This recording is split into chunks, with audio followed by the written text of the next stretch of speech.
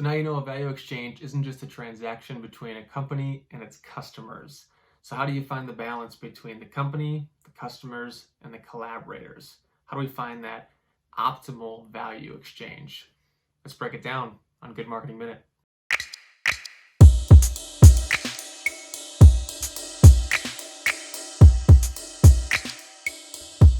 Marketing strategies. Part 3.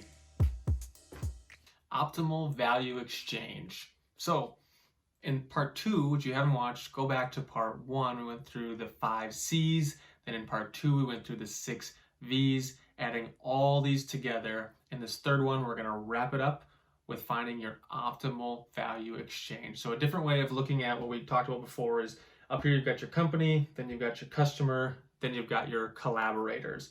We also pointed out in the last session that down here is your competition, and they also share your customer, share a lot of your collaborators, and there's all this opportunity for value to be exchanged. It's not just a transaction between the company and its customers. So we want to find a place where if we bring these circles together into a Venn diagram, the place where all of them cross, that's your optimal value exchange.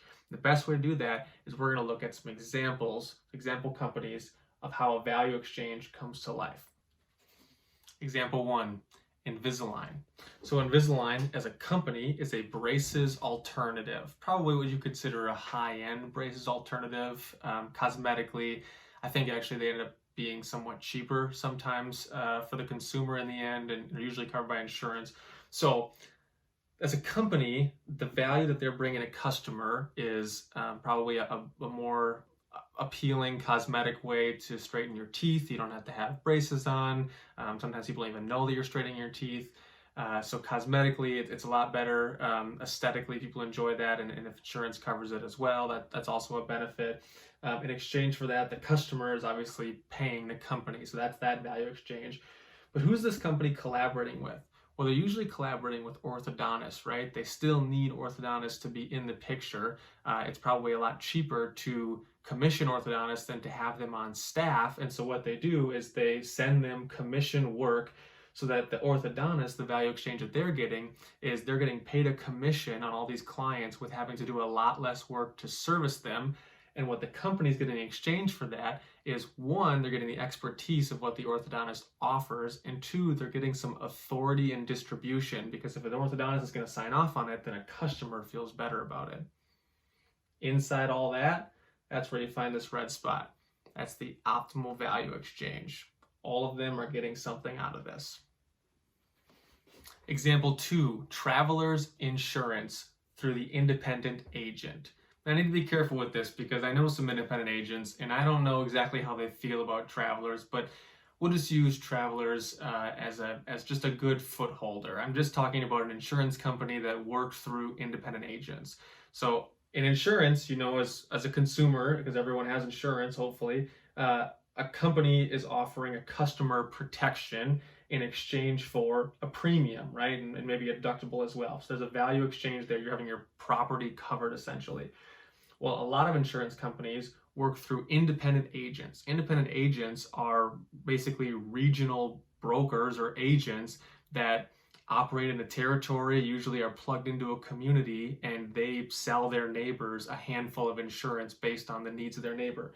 And so this company is collaborating with independent agents. What's the company giving to the agent? Well, they're giving them a commission, right? They're also giving them a more broad portfolio, which is sometimes looked at advantageous to a customer. But what's the independent agent giving the company back? Well, the independent agent is giving the company authority, right? Because this is a local person, this is a neighbor that's basically putting their stamp on a company, and distribution. If a company is working through independent agents, well, it's very difficult for them to get to certain neighborhoods without having a connection to an independent agent. All of these parties together are getting value out of this situation. If any one of them were unhappy, the whole value exchange begins to fall apart, which is something that insurance companies do struggle with sometimes. All right, this one's a hypothetical. This is called Gretzky salsa, because I got a bottle of Wayne Gretzky whiskey right there. So let's say you want to start Gretzky salsa or some sort of local food business in your area. So you as a company, you have to make decisions about what you need to employ and what you need to collaborate with and who you're going to have as your customer. So let's say you are not a farmer, but you have a recipe from your grandma that's exceptional salsa. And so you need to first find a farmer to collaborate with, right? You need to be able to get whatever it is you need from them. It's peppers, tomatoes, whatever it is you want. Then you have to find a way to distribute your salsa.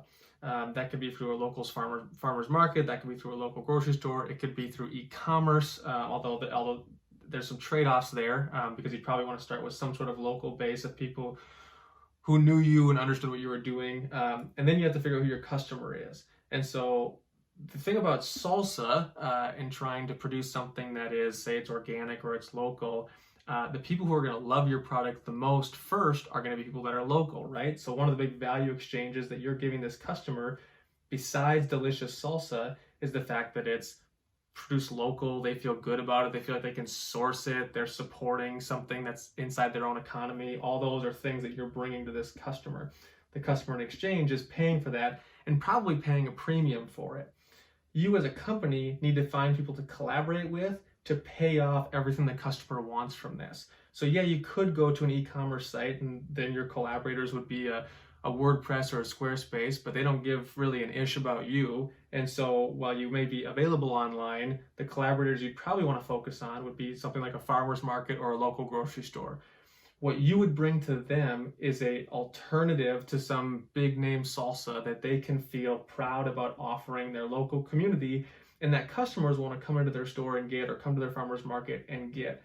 What they would be giving you is authority and distribution, right? And maybe some, paying commission or whatever it is, however that arrangement works out there. When you put all these things together, if you move any one of these value exchanges, pretty soon the customer doesn't feel good about it because maybe it's not local anymore. They're buying it online, or they can't get it in a grocery store. Maybe you didn't get the produce from online. You got the produce from far away, and so the grocery store is hesitant to bring it inside there.